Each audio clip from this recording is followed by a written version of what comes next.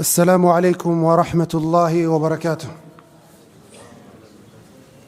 الحمد لله على إحسانه وشكر له على تفضله وامتنانه، ولا إله إلا الله تعظيما لشأنه، وأشهد أن محمدا عبده ورسوله داعي إلى رضوانه وعلى آله وأصحابه وإخوانه. أما بعد، يا ربي إن عظمت ذنوبي كثرة فلقد علمت بأن عفوك أعظم، إن كان لا يرجوك إلا محسن فبمن يلوذ ويستجير المجرم. أدعوك ربي كما أمرت تضرعا، فإذا رددت يدي فمن ذا يرحم. ما لي إليك الوسيلة إلا الرجا، وجميل عفوك ثم أني مسلم. إخواني في الله, we are continuing with our lecture series regarding the belief of the Muslims with the Day of Judgment. We are taking the second book of our series, the death and the grave and the Hayat al-Barzakhiyah. Our lecture for tonight, Ikhwani Fillah, is a continuation of the previous lecture where we're looking at the evil end that Allah subhanahu wa ta'ala, we ask Him to protect us from. Ikhwani Fillah, Allah subhanahu wa ta'ala, He says in the Quran, in Surah Al-Hashr, verse number 16, Allah subhanahu wa ta'ala, He says, كَمَثَلِ الشَّيْطَانِ إِذْ قَالَ لِلْإِنسَانِ اكْفُرْ فَلَمَّا كَفَرَ قَالَ إِنِّي بَرِيءٌ مِّنْكَ إِنِّي أَخَافُ اللَّهَ رَبَّ الْعَالَمِينَ. He says, the example of the hypocrites is like that of shaitan. إِذْ قَالَ لِلْإِنسَانِ اكْفُرْ, when he says to a person, disbelieve. قَالَ فَلَمَّا كَفَرَ قَالَ إِنِّي بَرِيءٌ مِّنْكَ. When he disbelieves, shaitan says to that man, disbelieve. And that man disbelieves. When he disbelieves, shaitan says, أَنَا بَرِيءٌ مِّنْكَ, that I am free from you, I am innocent. إِنِّي أَخَافُ اللَّهَ رَبَّ الْعَالَمِينَ, I fear Allah subhanahu wa ta'ala. What is, Ikhwani Fillah, the story behind this verse of Surah Al-Hashr, verse number 16 and verse number 17 of this surah? When I was revising, Ikhwani Fillah, and searching for examples of an evil end, I remembered this story of this surah and I revised it, and subhanallah, it is one of the scariest stories you can ever hear. It scares you, Ikhwani Fillah, to the core. What is the story of Surah Al-Hashr? What is the story of Barsisa, the worshipper? This is our lecture for tonight as we continue our lecture series regarding the evil end. Before we start the story of Barsisa, Ikhwani Fillah, that will be the last. There's something wrong with the microphone, huh? We continue our story of Barsisa. We look at other stories first. Abdul Aziz ibn Abi Dawood, he says, I was present when it was said to a man on his deathbed, say La ilaha illallah. فقال في آخر ما قال, and his last word was هو كافر بما تقول. This man, his name was Abdullah or Muhammad. He'd say to him, say La ilaha illallah. And the very last word he says, هو كافر بما تقول. He has disbelieved, or I have disbelieved in that which you say. ومات على ذلك, and he died upon that state. وكان مدمن الخمر, and he used to be an alcoholic. Example number 2 mentioned by the scholars, he says, وشاب آخر كان صادا ونادا عن الله سبحانه وتعالى وحالت به سكرات الموت. A young boy, he was very disobedient to Allah subhanahu wa ta'ala. Then the سكرات الموت comes to him. وجاءت سكرة الموت بالحق. It comes to him, the death that all of us have been promised. His colleagues say to him, قل لا إله إلا الله. Say La ilaha illallah. He refuses. He speaks every single word, ولا يقولها, and he does not say التوحيد. He does not say La ilaha illallah. فكان آخر ما قال أعطوني مصحفا. From his last words he says, give me a mushaf, give me a mushaf. فاستبشروا وفرحوا. His colleagues were very happy and they took this as a good ending and they gave him the mushaf. فرفع المصحف, and he carried the mushaf. وقالوا أيها الناس اشهدوا أني كفرت برب هذا المصحف. Bear witness that I have disbelieved in the Lord of this Mus'haf, وَمَاتَ عَلَى ذَلِكَ. وشاب في السكرات الموت يقال له قل لا إله إلا الله. Another young man, it say to him on his deathbed, say La ilaha illallah. He says to his colleagues, his companions, أعطوني دخانا, give me a cigarette. They say to him, قل لا إله إلا الله تختم بها. Say La ilaha illallah, you die upon that state. He says أعطوني دخانا, give me a cigarette. He says أنا بريء منها, I am free from that word. أعطوني دخانا, give me a cigarette. ولم ينطق بالشهادة ومات على تلك الكلمات. I did not say the words of La ilaha illallah, and he died upon that state. Another man, رجل عرف بحبه للأغاني وترديدها. A young man was known with his love of music and repeating music. فلما حضرته الوفاة, when death came to him, قيل له, it was said to him, قل لا إله إلا الله, say لا إله إلا الله. فجعل يهدي بالغناء. He was only repeating dan dan dan dan. ولم ينطق بالتوحيد. He continued repeating those bits and he died upon that state. ولم ينطق بالتوحيد. I did not say لا إله إلا الله. Another man, إخواني في الله, was a conductor in the route in Yemen from Ta'iz to Sana'a. He was a conductor. فلما حضرت الوفاة, he was in an accident. Then the people come to him. Sakarat al-Maut is clear on his face that this man is dying. They say to him, La ilaha illallah.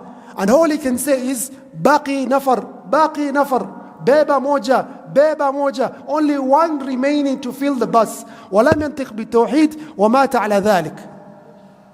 وهذا ذكره القرطبي رحمه الله في كتابه تذكرة, يقول أن رجلا أسيرا مسلما. A young man was a prisoner, a Muslim. وكان حافظا للقرآن, and he had memorized the Quran. خص بخدمة الراهبين, and he was made in charge of some monks. He was captured by the Christians, this man. Muslim, عابد, حافظا للقرآن. He has memorized the entire Quran. He was captured by the kuffar. The kuffar, they take him to a monastery. They tell him, you have to serve the monks in this monastery. فكان يقرأ القرآن, دائما يقرأ القرآن. He used to recite the Quran many times. Until so much so that the monks memorized the Quran from him. And they accepted Islam. وَتَنَصَّرَ الرَّجُلُ, and this man became a Christian. They say to him, لَا حَاجَةَ, we don't have any need for a man who does not maintain his faith, for that is a betrayer.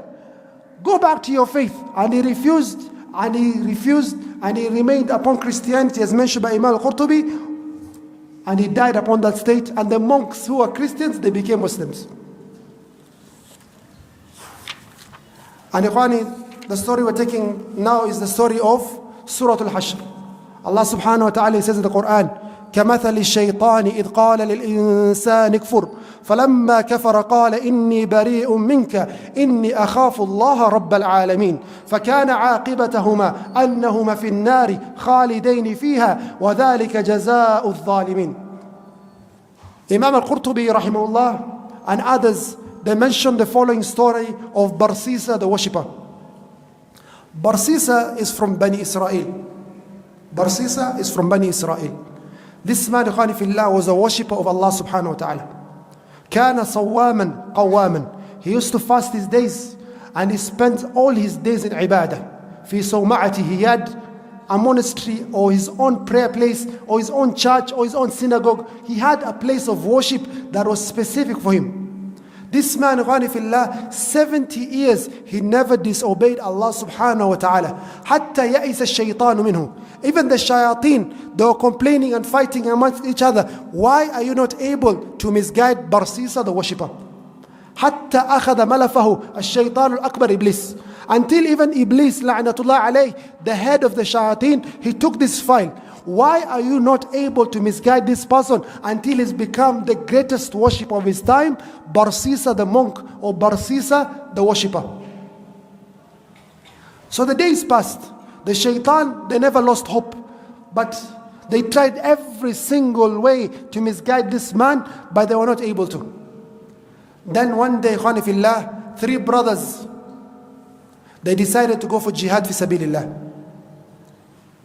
And they had a young sister, a virgin sister, very beautiful sister.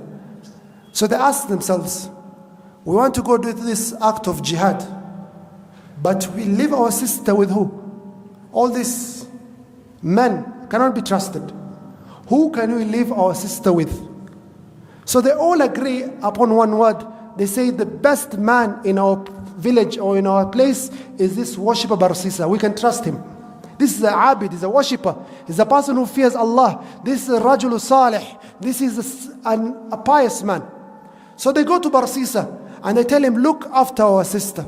We are going to do this ibadah and we cannot leave our sister, our virgin sister, with no one to care for her. Barsisa refused. He says, no, I am busy. I have, my time is all for worship to Allah subhanahu wa ta'ala. I cannot look after someone else. They begged him, they pleaded with him. Listen, this girl is not going to stay with you. We're going to rent for her or build for her a house next to you. All we need from you is just take food for her every day on the door and you leave. Nothing else we are requesting from you. This is a request from your brothers who are going to defend the religion of Islam. Look after our women who are living behind. You are the only man we can trust. So he thought for a while and he thought, this is a good deed that I'm doing. So he accepted the girl to stay in the house next to the monastery or the church where he was worshipping, and the brothers went for jihad. They went for jihad. So every day Barsisa takes food, he leaves it on the door, he knocks the door and he goes away. He does this for days and days, weeks pass. Then the shaitan comes to him, says, what's wrong with you? You don't even know if the girl is alive or dead. You don't know if she's healthy or sick. Why don't you just say salamu alaikum? Just say salamu alaikum, nothing else, to confirm that she's okay. There's nothing wrong. He refuses after 2, 3, 5 times of waswas. He finally accepts. So now he's taking food, knocking the door and saying assalamu alaikum, and she replies wa alaikum salam. And he goes back. He's confirmed the lady is okay. So he continues upon this trend for a period. Then the shaitan comes to him and says, what's wrong with you? Maybe this girl has something she needs, and you have the one been kept, and you're the one to take care of her. You're the guardian. She knows no one else. Maybe she needs something. Why don't you ask her some questions of what she needs? He refused. But after waswas and repeated waswas from shaitan, whispers from shaitan, he accepted. So now he goes, he leaves the food, he knocks the door, he says, assalamu alaikum, alaki haja, do you need anything? Is everything okay? She says, I have no need for anything, and he goes back. This continues for a period. Ya ayyuhalladhina amanu, la tattabi'u khutuwati shaitan. Oh, you have believed, be wary of the paths of shaitan. So this guy goes back, and this continues his trend. Then the shaitan tells him, what's wrong with you? This lady knows no one in this town. She's by herself. Perhaps she's in fear. Why don't you keep her company? Just talk to her. You're a righteous man. Just some few words. At least keep her company. Let her not remain bored. Let her at least give her some words of advice. Maybe you give her some wa'adh. Maybe you give her some hadiths or something. It's a good idea. So he goes, knocks the door, gives the food, assalamu alaikum. He starts asking questions, he starts talking to the lady. Then they continue talking. Then after a while the shaitan comes to him and says, boss, now the people have started talking. You know you're talking outside the door, min wara al-hijab. Yes, you have kept your respect, but these people are not understanding your intentions. They think you as the worshipper, the one we look up to, is talking to a lady most of his day. What manners is this? Kazi yake tu ni kuongea na wanawake. And people have started talking about you. Do this. You are a righteous man. She's a good lady. Nothing is going to happen. Just enter the room, at least sit near the door, and you talk to her from there. And the people will be saved from talking about you. Let people not fall into sin because of you. Shaitan comes to you in the way of obedience to Allah subhanahu wa ta'ala. This man, he says, it's a good idea. So he starts entering, starts talking to her, starts conversing with her, starts being in private with her. And the Prophet ﷺ says that if two people are in private together, a man and a woman, the shaitan is the third of them. So he starts conversing. Conversation becomes touching. Touching becomes kissing. Hatta waqa alayha. Until he fornicated, he committed zina with her. Just once. And he regretted it so much. And he rushed back to his prayer place. And he started worshipping Allah subhanahu wa ta'ala. And repenting to Allah. And he got back. He deleted all these things from shaitan. He went back to the first thing he used to do. Just leave the food on the door. And nothing else. A few weeks passed. 6 weeks, 8 weeks. The lady says, Ana hamil. I am pregnant. Says, Inna lillahi wa inna raji'un. He doesn't know what to do. This is shame. She's pregnant. What do I do? Continue giving the food. Let me not think about it. Continue worshipping, repent to Allah. I keep the food. So he leaves the food over there. بعد 9 أشهر, she says, قد أنجبت ولدا. I have given birth to a son. Now, what do I do? I made her pregnant. She's given birth to a son. Now this really occupied his mind. He thinks of what to do. Shaitan comes to him and whispers to him, she has no evidence that you slept with her. She has no evidence that you did anything with her. The only evidence there is that child. You have to finish off that child.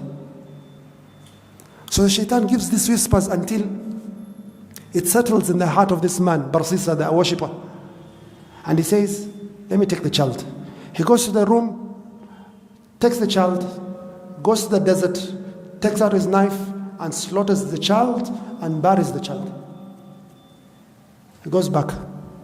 The shaitan comes to him. What's wrong with you? You killed her. You think the mother will keep quiet? The mother is going to talk. Are you crazy? She's going to talk. What do you think the brothers will do to you? Those mujahideen, soldiers of Allah. They're going to fight. You think a weak person like you can do anything to them? You're going to be in great harm. And your name is going to be spoiled in society. The worshipper did all these things. Zina, wala yaznun, then qatl. الذين لا يقتلون النفس التي حرم الله إلا بالحق. You've killed, you've committed zina. The two worst sins in Islam. Only shirk is above it. He says, you have to kill the lady. You've killed this child. What is a lady? So he goes, he takes the lady, kills the lady, and buries her at the same spot he buried the child, and puts a rock over the burial place. And he goes to his worship place. After a few months, the brothers, they come back. They go straight to the house to meet their sister they have not seen for ages, years maybe. But the sister is nowhere. Where is our sister? They go to the worshipper, Barsisa. What happened to our sister? Where is our sister? He says to them, أَعْظَمَ اللَّهُ أَجْرَكُمْ. May Allah give you a reward. Your sister was sick. I took a lot care of her. I gave her medicines, but she passed away and I buried her already. May Allah forgive her and forgive you and accept your good deeds. They thanked him. They cried. And they went back to the house. Is this the end of the story? They sleep at night. The shaitan comes to them at night. The shaitan comes to them at night. And they all see a similar dream. Why the shaitan tells them, my friends, the story you're told by that guy is not the truth.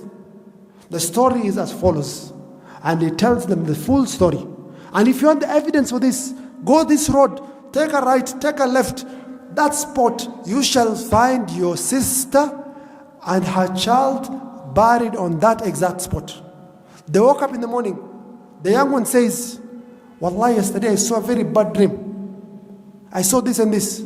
The second brother says, I saw the same dream. The third brother says, I saw the same dream. All three of us have seen the same dream. There must be some reason, or this it has to have some foundation. Let us go find out if this is true. So they go to the exact spot and they find, after they dig their grave, their sister and a child next to their sister. Slaughtered. Not died of a disease. Slaughtered like how the sheep are slaughtered. And they understood. They went straight for Barsisa.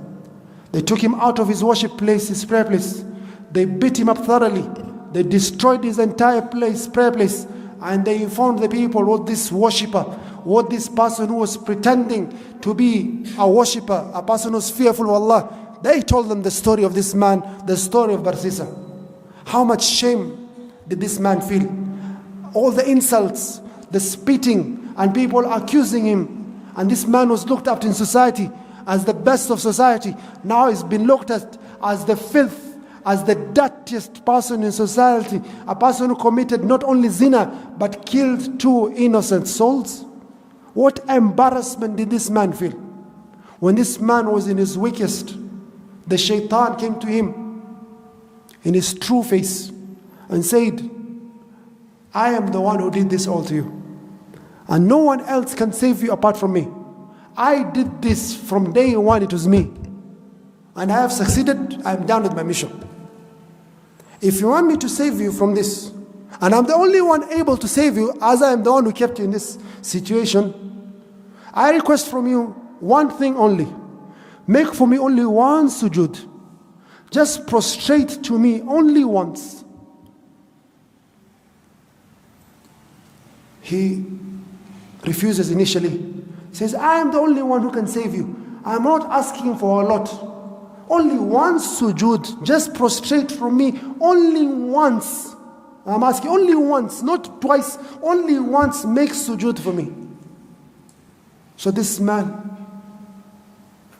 he bends low and he prostrates to the shaitan. At the same moment that the executioner has raised his sword, he thinks that the shaitan will save him there. For the shaitan, they're very fast, as you've seen the story of Sulaiman alayhi salam in the Quran. So he thought the shaitan will take him perhaps to Bilqis or somewhere, I don't know. So his head went away and he was executed, and he died an evil end of shirk, an evil end of zina, an evil end of killing.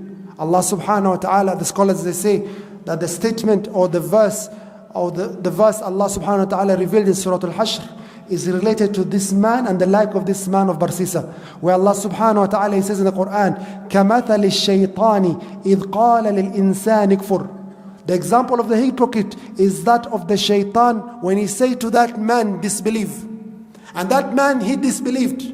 When he disbelieved, shaitan says, أَنَا بَرِيءٌ مِنْكَ, I am free from you. إِنِّي أَخَافُ اللَّهَ رَبَّ الْعَالَمِينَ, I fear Allah subhanahu wa ta'ala. Allah subhanahu wa ta'ala says, فَكَانَ عَاقِبَتَهُمَا أَنَّهُمَا فِي النَّارِ. The end or the reward for these two people, the shaitan and this man Barsisa, أَنَّهُمَا فِي النَّارِ, they are amongst the people of hellfire.